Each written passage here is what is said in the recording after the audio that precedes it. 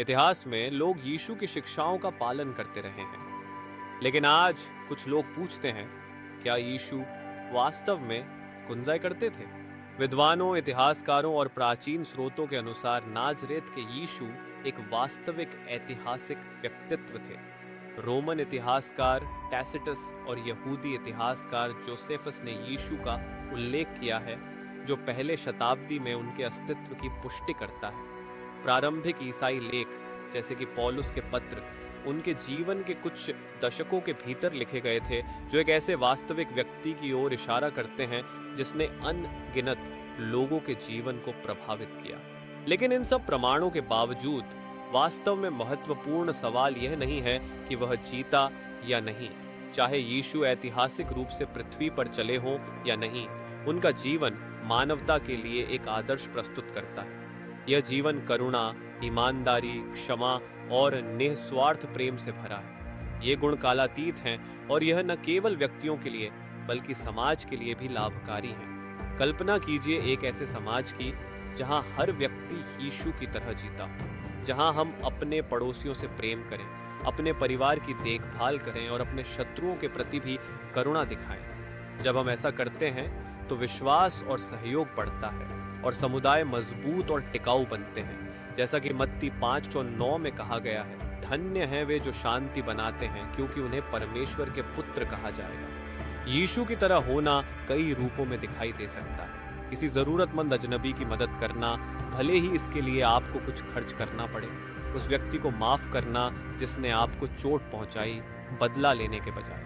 कमजोर लोगों की सुरक्षा करना, भले ही इसके लिए व्यक्तिगत जोखिम उठाना पड़े। सबसे बड़े उदाहरण की कल्पना करें, अपने शत्रु के लिए या उनके बच्चों के लिए अपने जीवन की आहुति देने के लिए तैयार होना, ताकि एक सुरक्षित और न्यायपूर्ण दुनिया बनाई जा सके। जैसा कि यूहन्ना 15:13 में कहा गया है, इससे बड़ी कोई प्रेम नहीं है कि कोई अपने मित्रों के लिए अपनी जान दे।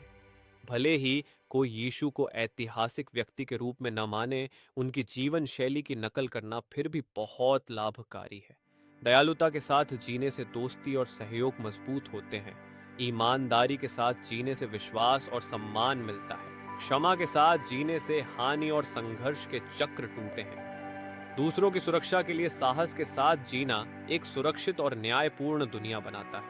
रोमियो 12:20 इसे पुष्ट करता है, यदि तुम्हारा शत्रु भूखा है तो उसे खाना दो, यदि वह प्यासा है तो उसे पानी दो। बुराई से हार मत मानो, बल्कि भलाई से बुराई पर विजय प्राप्त करो। मैं वह व्यक्ति बनना चाहता हूं जो दूसरों के लिए अपने आप को समर्पित कर सके, ना तो पहचान के लिए, ना ही इनाम के लिए, बल्कि इसलिए कि यह उन रिश्तों को मजबूत करता है जो जीवन को एक साथ बनाए रखते हैं। जब हम इस तरह व्यवहार करते हैं, हम एक समाज में योगदान देते हैं जो समृद्ध और फलता फूलता है। कल्पना कीजिए, अगर हर कोई इस सिद्धांत को अपनाए, हम एक ऐसे विश्व में जी सकते हैं जो शांति, विश्वास और सहयोग से भरा।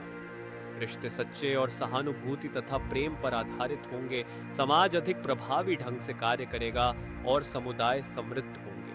गलातियों 5:22-23 इस जीवन के फलों का वर्णन करता है। खुशी, शांति, धैर्य, दया, भलाई, विश्वास, कोमलता और आत्मनियंत्रण।